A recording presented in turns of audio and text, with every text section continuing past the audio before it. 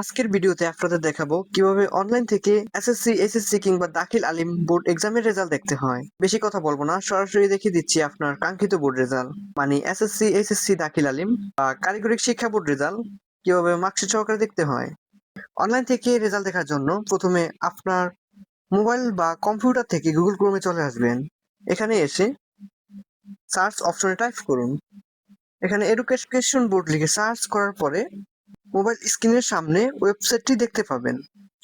এরপর এটাকে এখান থেকে ওপেন করে নেবেন। আমি এখানে টাইপ করে ওপেন করে নিলাম।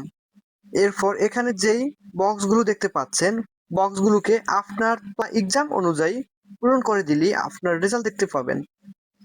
আমি এখান থেকে আমার এসএসসি পরীক্ষার রেজাল্ট বের করে আপনাদের দেখিয়ে দিচ্ছি কিভাবে রেজাল্ট বের করতে হয়। তো প্রথমে সিলেক্ট অন, এখানে আমি টাইপ করবো এই বক্সটার মধ্যে।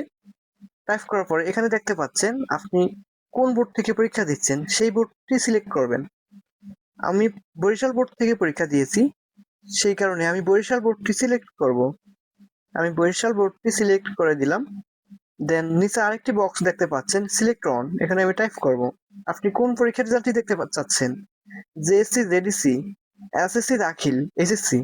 আমি যেহেতু এসএসসি রেজাল্টটি দেখতে চাচ্ছি, এসএসসি দাখিল এই অপশনটি সিলেক্ট করব। তো আমি এসএসসি দাখিল এই অপশনটি সিলেক্ট করে দিলাম। এই অপশনটি সিলেক্ট করে দেওয়ার পরে নিচে আরেকটি বক্স দেখতে পাচ্ছেন, এখানে আমি টাইপ করব। টাইপ করার পরে আপনি কোন ইয়ারে পরীক্ষা দিচ্ছেন সেই ইয়ারটা সিলেক্ট করবেন। আপনারা তো 2026 সালের বোর্ড পরীক্ষার্থী, সেজন্য 2026 সালটা সিলেক্ট করবেন। আমি আমার 25 সালের রেজাল্টটা দেখে আপনাদেরকে বুঝিয়ে দিচ্ছি, সেজন্য আমি 25 সাল সিলেক্ট করব। সিলেক্ট করার পরে সিলেক্ট ওয়ানে আবার নিচে বক্সটাতে টাইপ করবেন।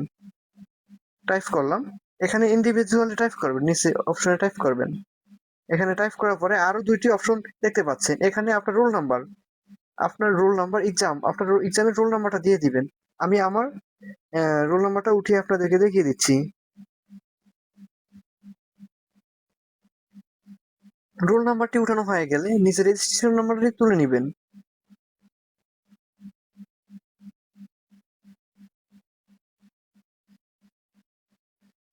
রেজিস্ট্রেশন নাম্বারটি তোলা হয়ে গেলে এখানে দেখতে পাচ্ছেন একটি ক্যাপচার কোড। ক্যাপচার কোডটি আপনি যদি দেখতে অসুবিধা হয় তাহলে এখানে রিলেট করে নেবেন।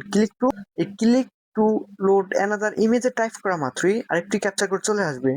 তো আপনি যদি দেখতে পাচ্ছেন এই ক্যাপচার কোডটি আপনি দেখতে পাচ্ছেন না, তো আবার এখানে রিলোড করবেন। আবার রিলোড করলে দেখতে পাচ্ছেন স্পষ্ট আমরা ক্যাপচার কোডটি দেখতে পাচ্ছি।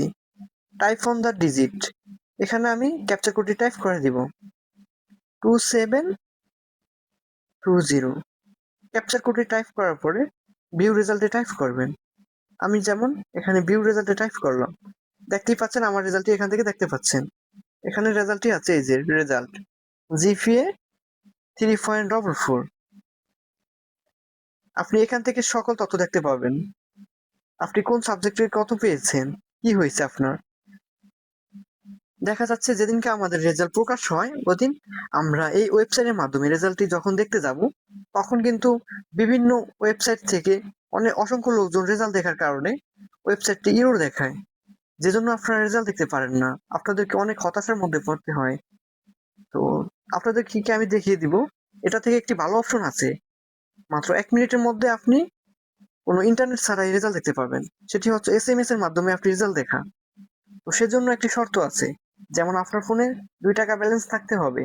2 টাকা ব্যালেন্স থাকলে আপনি এসএমএস এর মাধ্যমে রেজাল্ট দেখতে পারবেন। তাছাড়াও আমার এই চ্যানেলে একটা ভিডিও করা আছে কিভাবে আপনি বাটন ফোন দিয়ে এসএমএস এর মাধ্যমে রেজাল্ট দেখতে পারবেন। ওই ভিডিও থেকে আপনি তথ্যগুলো নিয়ে আপনার রেজাল্টটা দেখতে পাবেন।